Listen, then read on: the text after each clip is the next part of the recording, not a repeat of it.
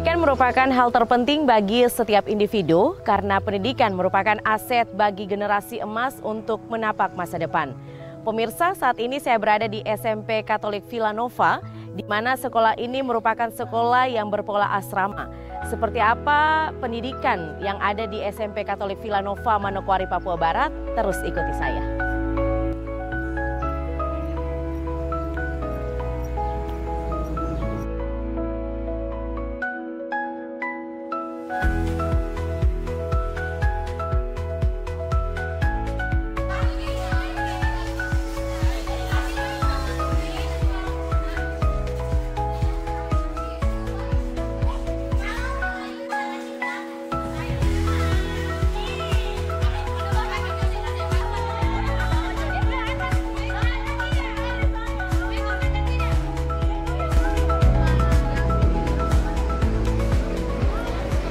Selamat pagi, Pater. Selamat pagi. Saya Maria. Apa kabar, Pater? Baik. Pater, saya boleh izin sedikit untuk bertanya-tanya tentang SMP Villanova? Oh, boleh.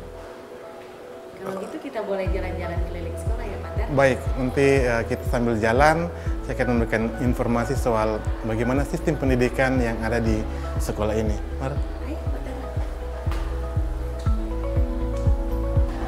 Pater, di sini suasananya masih asri ya sekolahnya?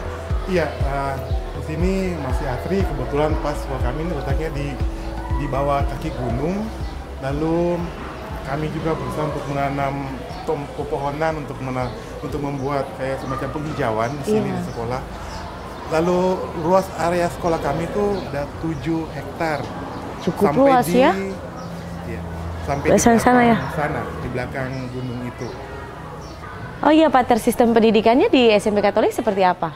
Jadi di SMP Katolik Villanova ini sistem pendidikannya itu kami berpola asrama. Kemudian, Pater, karena SMP Katolik ini merupakan salah satu SMP yang berpola asrama ya, yang ada di Kota Manokwari. Yang unik dari sekolah ini tuh apa, Pater, yang Pater bisa bagikan?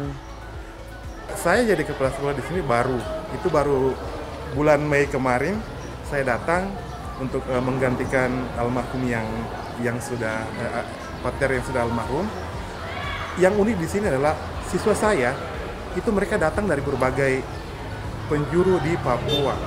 Jadi ada dari provinsi Papua yang dulu provinsi induk, dari provinsi Papua Barat Daya, dan juga provinsi Papua Barat sendiri.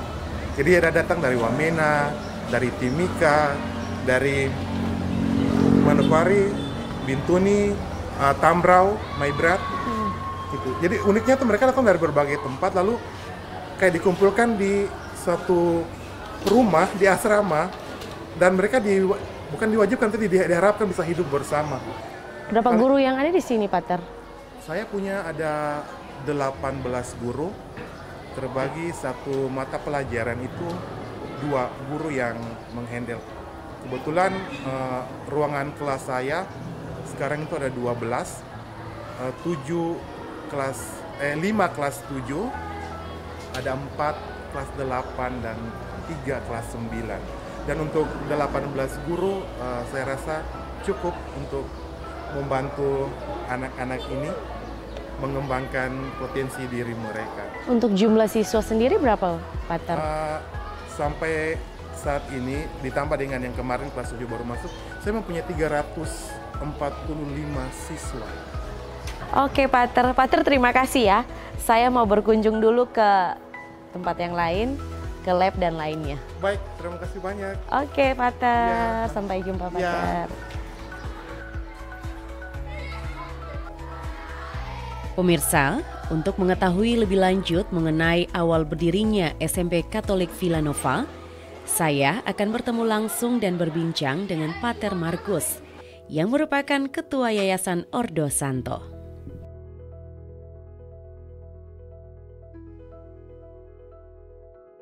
Pater, apa kabarnya nih? Puji Tuhan, kabar baik. Iya, Pater bisa ceritakan sedikit sejarah SMP Katolik? Dengan senang hati saya akan menceritakannya. Saya sebagai Ketua Yayasan Ordo Santo Agustinus dari tahun 2020 sampai sekarang ini. SMP Katolik Villanova didirikan 24 September 2015. Mulai pembelajaran pada tahun 2015-2016. Personil rektor pertama, fotonya ada di situ, almarhum Pater Anton Trom OSA, satu-satunya misionaris Belanda yang tersisa dan sudah meninggal tahun lalu, makamnya di belakang. Kepala sekolah pertama kala itu adalah Ibu Luciana Maker, dibantu oleh beberapa guru perintis awal. Kemudian di awal itu karena gedung sedang dalam proses pembangunan, mereka menggunakan TK untuk sementara. TK yang Frank menggunakan gedung di sana. Sementara anak asrama putra angkatan pertama tinggal di rumah umat Ibu Kori Gewap. Belum ada asrama, belum ada bangunan. Pater Trom bersama anak-anak asrama angkatan pertama tinggal di rumah umat. Bisa dibayangkan dengan segala keterbatasan di sana, tinggal di sana. Lalu sejak Rabu 18 November 2015 mereka mulai pindah ke sini, yang mulai dengan pemberkatan seluruh kompleks sekolah ini oleh Yang Mulia Monsinyur Hilarion Datus Lega, Uskup Keuskupan Manokwari Sorong, dan diresmikan oleh Kepala Dinas Pendidikan Manokwari Barnabas Dewansiba MPD. Kemudian tanggal 10 Desember 2016 Asrama Putra Frans Jonker Hau dan biara diberkati oleh Bapak Uskup. Biara tempat kami tinggal di belakang, rumah untuk para pastor, dengan Asrama Putra yang tadi dipakai misa tadi pagi itu diresmikan atau diberkati 10 Desember 2016. Kemudian 14 Januari 2019 didirikan gedung susteran, yang kemudian setelah itu digunakan sementara sebagai asrama putri. Karena waktu itu asrama putri belum dibangun, anak-anak putri angkatan pertama yang tinggal di asrama menggunakan susteran. Kemudian tanggal 27 Agustus 2020 asrama putri Santa Monica dan susterannya diresmikan langsung oleh Pater Anton Trom OSA almarhum. Itu sejarah berdiri. Pater, yang menarik dari SMP Katolik ini ada pembelajaran tentang bahasa Latin ya? Mungkin Pater bisa ceritakan? Baik, terima kasih Bu Maria. Saya baru mencoba itu sejak saya jadi rektor di sini tahun lalu. Sekaligus sebagai ketua yayasan. Saya ingin berpikir, apa yang membedakan SMP Villanova dengan sekolah lain di Manokwari? Apa yang menjadi brand atau branding pembeda Villanova ini dengan sekolah lain? Sehingga itu mungkin menjadi daya pikat, daya tarik bagi yang lain. Saya mulai berpikir coba mengajar bahasa Latin. Dan ternyata antusiasme respon anak begitu luar biasa. Mereka sangat mencintai bahasa Latin sampai hari ini. Dan mereka sangat suka dengan metode pembelajaran yang saya terapkan kepada mereka. Terima kasih banyak Pater, Tuhan berkati. Terima kasih. Para siswa dan siswi dalam sekolah ini dididik langsung oleh pater dan suster. Dengan harapan para siswa dan siswi dapat semangat belajar dan kelak bisa melahirkan siswa yang berprestasi.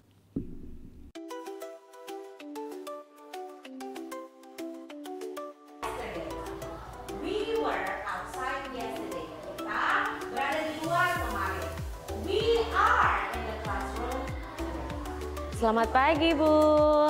Pagi. Apa kabar? Awesome, saya luar biasa. Lagi belajar apa nih Bu? Oh ya, hari ini mereka lagi belajar bahasa Inggris ya, pelajaran mata pelajaran bahasa Inggris. Oh ya, jadi mem ya? Ya, mem. Bukan miss ya, saya sudah menikah. Mem, bagaimana antusias adik-adik ini untuk mengikuti kelasnya bahasa Inggris? So far ya mungkin awalnya ketertarikan itu mungkin kurang ya, tapi sampai hari ini saya bisa lihat mereka antusias untuk belajar bahasa Inggris. Ada kendala-kendala? Tentu, ya kendalanya tuh pertama kurangnya penguasaan kosakata. Karena bahasa Inggris itu kan bukan bahasa Indonesia yang tidak kita pakai sehari-hari. Bahasa Indonesia pun kita tidak pakai dengan baik dan benar kan setiap harinya. Jadi bahasa Inggris pun kosakata, penguasaan kosakata mereka masih agak minim gitu ya. Tapi puji Tuhan setiap harinya mereka improve sih. Gitu. Selain mengajar bahasa Inggris, Mem belajar apa lagi? Mengajar apa lagi? Saya memang guru mapel bahasa Inggris, cuma untuk ekstrakurikuler saya menjadi tutor untuk klub English Club, gitu, ya bersama guru bahasa Inggris yang lainnya. Untuk di SMP Katolik sendiri, mengajar berapa kelas? 4 kelas 8 A, B, C, D, dan 2 kelas 7 D dan E. 6 kelas totalnya. Mem, sejauh ini apakah adik-adik sudah lincah untuk berbahasa Inggris? Saya bohong kalau bilang mereka lancar ya. Tapi untuk beberapa ada gitu, untuk beberapa. Dan untuk yang lainnya saya sangat appreciate mereka berani kalau latihan menjawab, terlepas dari jawaban mereka salah atau benar, tapi confident-nya mereka itu saya acungi jempol. Ada harapan ke depan, Mem, untuk siswa-siswi di SMP Katolik? Ya, saya berharap Inggris itu bukan jadi pelajaran yang menakutkan buat mereka, tapi mereka bisa menyukainya gitu. Karena kan sekarang belajar itu tidak terpaku sama textbook ya. Kalau zaman saya dulu mungkin, sekarang mereka bisa pakai YouTube, Google untuk bantu mereka belajar. Kamus-kamus online juga sudah ada gitu ya. Jadi tidak dibatasi untuk belajar. Jadi saya berharap mereka bisa jadi pelajar yang semangat untuk mempelajari bahasa Inggris gitu. Jadi bukan di sekolah saja tapi di rumah juga belajar betul, sendiri ya. Betul sekali. Oke, Mem, terima kasih ya. Sama-sama. Saya mau berkunjung ke kelas yang lain. Sip, thank you sudah mampir di kelas saya. Oke, dadah, Mem. Ya. Pada hakikatnya, pendidikan itu memiliki 2 tujuan, yaitu membantu manusia untuk menjadi cerdas dan pintar, dan membantu mereka menjadi manusia yang baik. Pendidikan itu tentunya menjadi impian setiap anak di Indonesia. Dan dari mereka diharapkan akan muncul generasi yang cerdas dan baik di masa yang akan datang.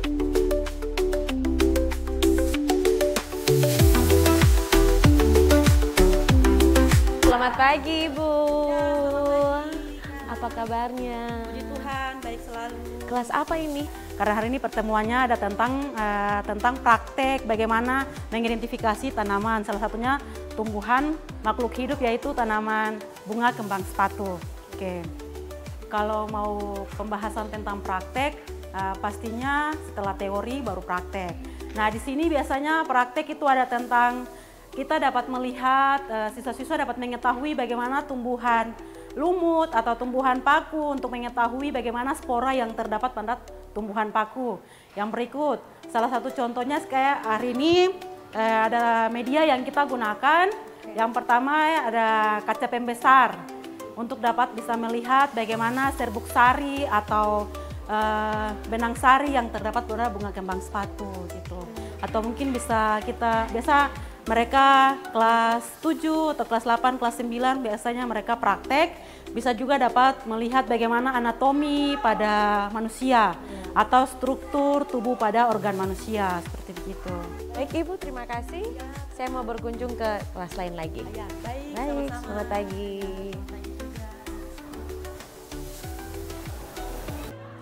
Menjadikan anak sebagai orang yang baik tidaklah semudah yang dibayangkan. Jika dibandingkan menjadikan seorang anak menjadi cerdas dan pintar, di mana masalah moral merupakan hal yang akan selalu mengiringi kehidupan manusia. Seperti hal yang dilakukan oleh Yayasan Ordo Santo SMP Katolik Villanova Manokwari, di mana sekolah ini terus mendidik siswa dan siswi bukan saja secara pendidikan formal, namun bagaimana membentuk karakter siswa-siswi, terutama bagi mereka yang bersekolah dan tinggal di asrama selama menempuh pendidikan di SMP Katolik Villanova. Pemirsa, untuk mengetahui bagaimana kehidupan di asrama, saya akan bertemu dengan pembina asrama Pater Domingus. Halo Pater, apa kabarnya nih? Baik, Dengan Pater siapa? Pater Domingus Pega OSA.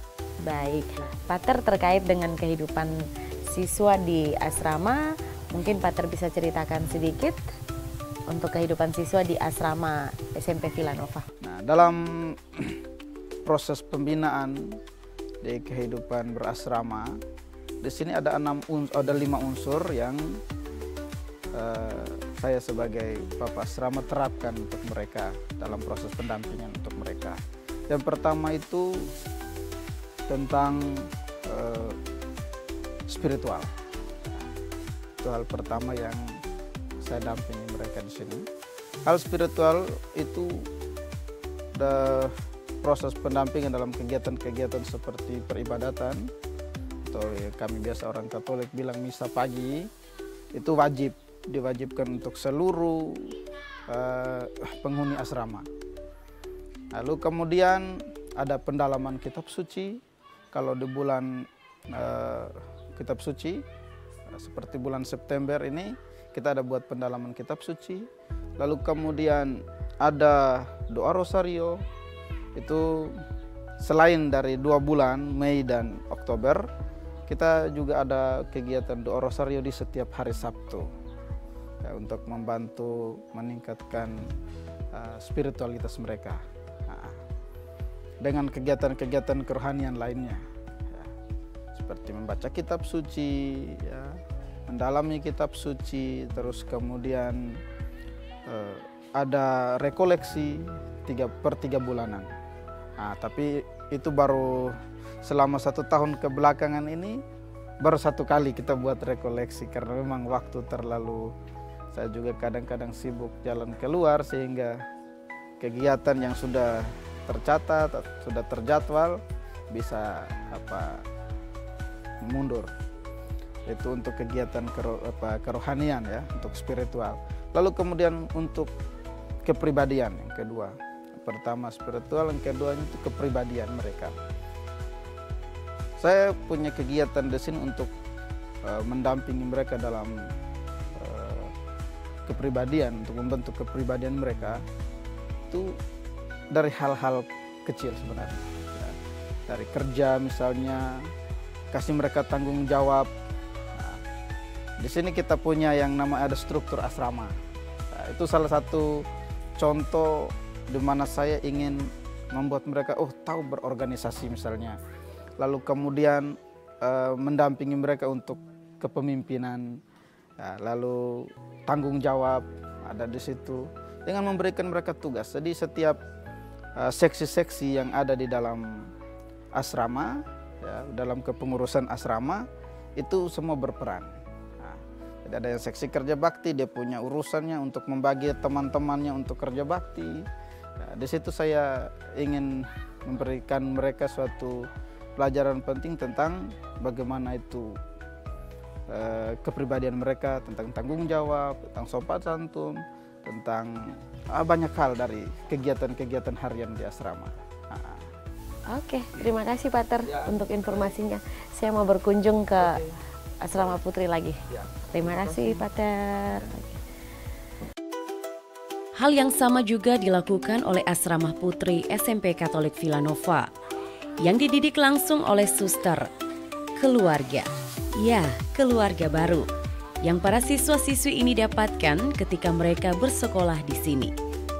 Terpancar raut kebahagiaan ketika waktu pulang sekolah selesai dan mereka kembali ke asrama untuk menikmati makan siang bersama keluarga baru mereka.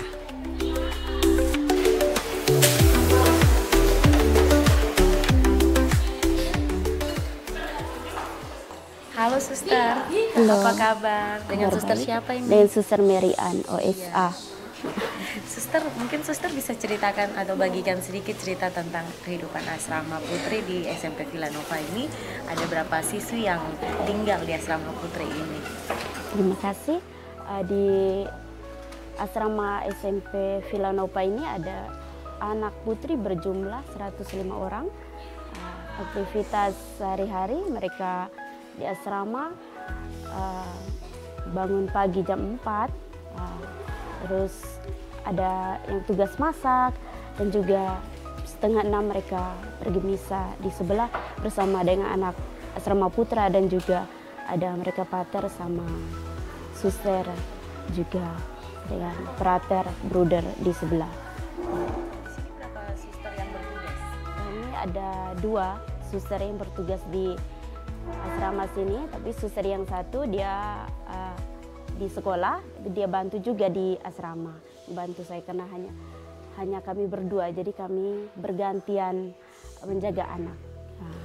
Suster, untuk yang siswi yang tinggal di asrama sini, apakah mereka punya keluarga atau rumah mereka di luar Manokwari, ataukah yang di Manokwari juga tinggal di asrama? Ada juga yang di Manokwari sini, ada yang juga tidak di Manokwari, dari luar Manokwari. Suster, apakah ada kegiatan yang buat anak-anak siswi untuk tidak bosan untuk saya tinggal di asrama saja daripada di rumah? Apakah ada kegiatan tersebut? Ada, seperti olahraga juga mereka ada, sore mereka juga ada doa sore. Jadi setiap hari Jumat, Sabtu, dan Minggu mereka olahraga. Hari Minggu mereka bagi HP, pakai HP setiap hari Minggu. Dan juga mereka ada weekend sebulan sekali di minggu kedua bergantian dengan anak asrama putra. Suster, adakah harapan suster ke depan untuk sekolah SMP Katolik ini? Saya berharapnya ya semoga muridnya bertambah banyak di sini, dan juga orang tua dari jauh juga menitipkan anaknya di SMP maupun di asrama putri dan SMP di asrama putra juga. Oke. Baik, terima kasih suster. Ya, terima kasih.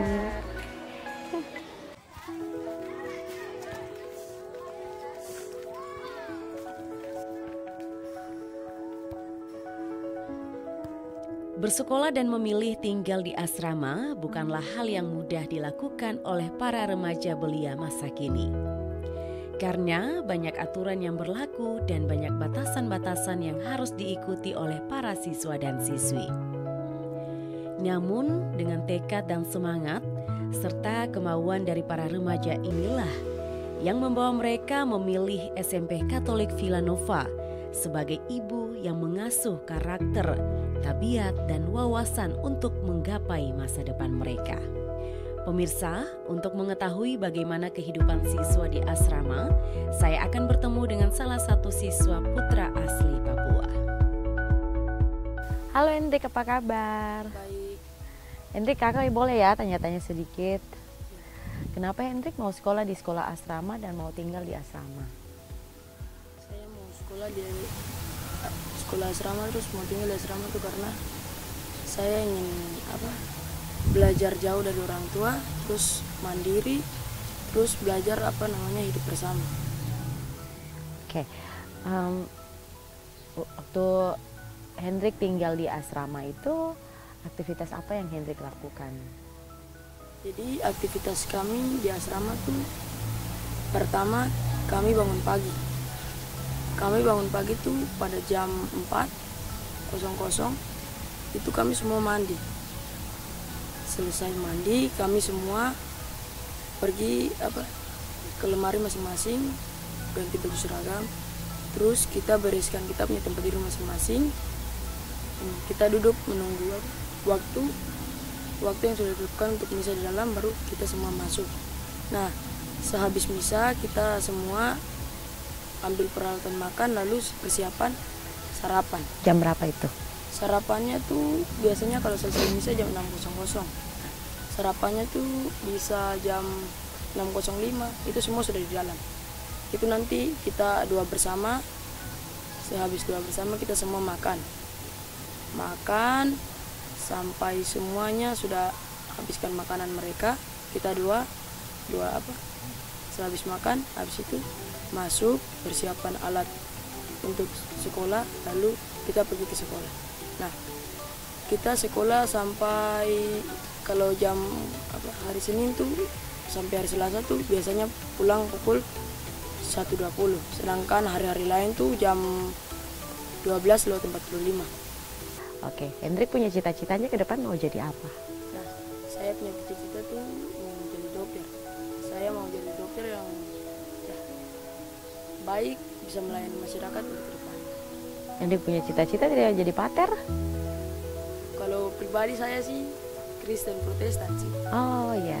Tapi saya memang dari SD, dari TK tuh saya sekolah di sekolah pengajaran Katolik.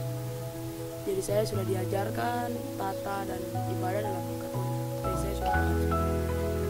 Hendrik punya harapan ke depan ada untuk SMP Katolik? Kalau SMP Katolik terutama itu untuk asrama. Supaya besok-besok kalau kita sudah jadi orang hebat, orang sukses, kita tidak boleh melupakan tempat yang sudah menangkan kita, tempat yang kita sama-sama susah, menjalani sama, dimana kita punya barang sedikit pun kita berbagi. Itu kita sudah diajarkan dengan cara hidup. Oke, terima kasih Hendrik. Ya.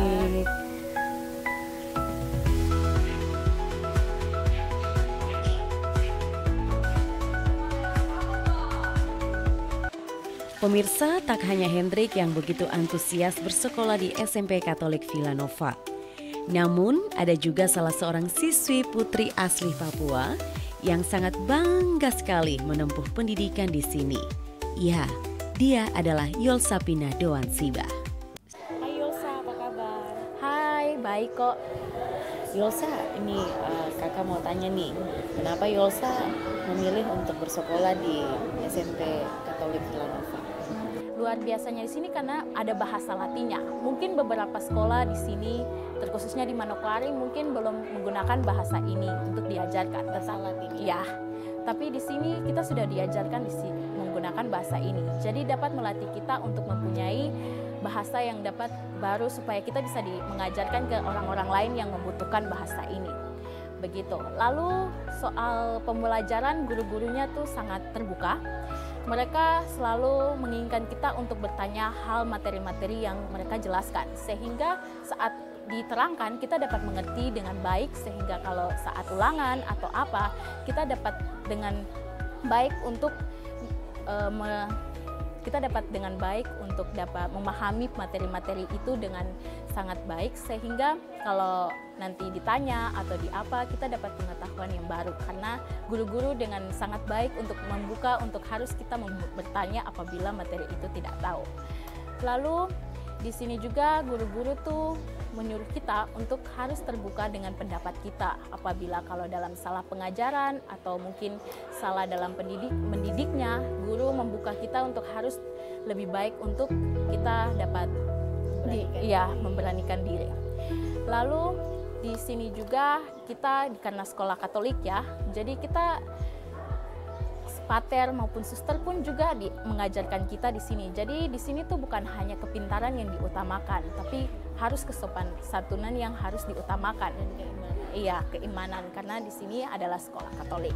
Oke, luar biasa ya Yolsa. Iya. Yolsa punya harapan ke depan untuk SMP Katolik seperti apa? Harapan ke depan saya ya siswa-siswanya lebih dikembangkan lagi, mungkin dalam gaya pendidikannya, mungkin kesopanan satunya lebih dikuatkan lagi, imannya juga dikuatkan lagi, karena kan suster dan pater yang datang turun tangan untuk mengajar kita semua di sini. Oke, terima kasih Yolsa. Yuk kita minum. Ayo.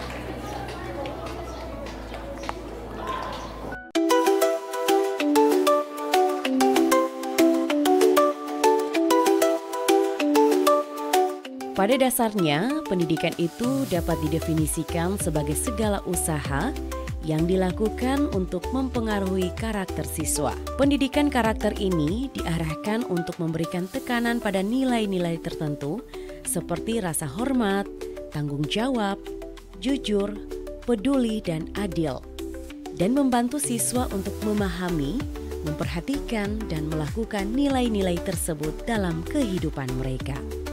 Dengan adanya keberadaan SMP Katolik Villanova, diharapkan dapat memberikan kontribusi dalam mencerdaskan anak bangsa di wilayah Kecamatan Manokwari Selatan, Kabupaten Manokwari, Provinsi Papua Barat.